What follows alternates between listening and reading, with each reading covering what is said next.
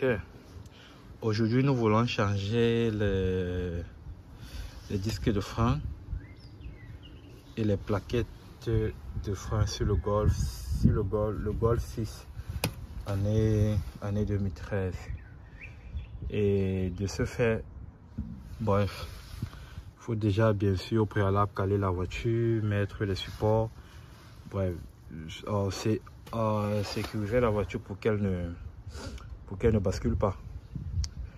Et de ce fait, nous avons besoin, qu'est-ce qu'il y a à faire?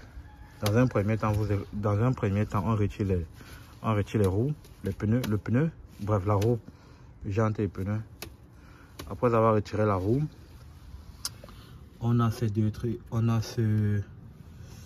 l'étrier de frein que voici ici est relié, est fixé avec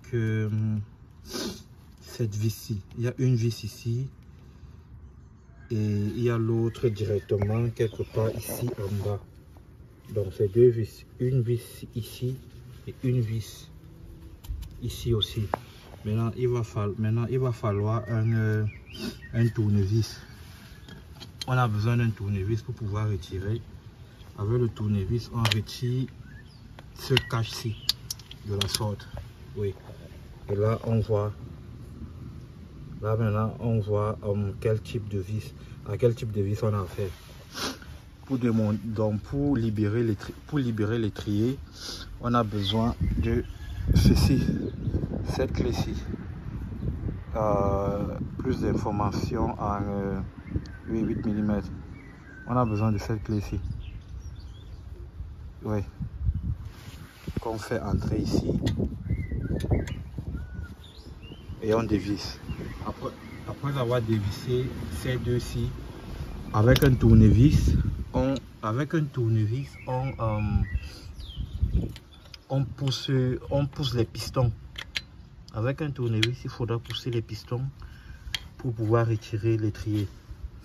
Quand l'étrier est sorti, maintenant quand on a retiré l'étrier, il faut maintenant retirer ceci.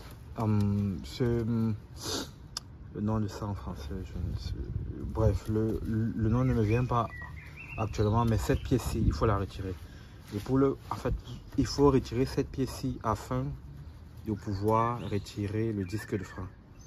Donc, après avoir retiré l'étrier de frein, il faudra penser à retirer cette pièce-ci qui retient le disque de frein. Sinon, vous ne pouvez pas retirer le disque de frein.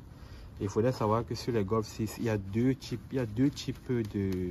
d'étriers en fait. Il y a certains étriers, il y a deux types de dispositifs de freinage. Il y a certains dispositifs que dès qu'on a retiré l'étrier de frein, on peut dire après ça, on n'a qu'à dévisser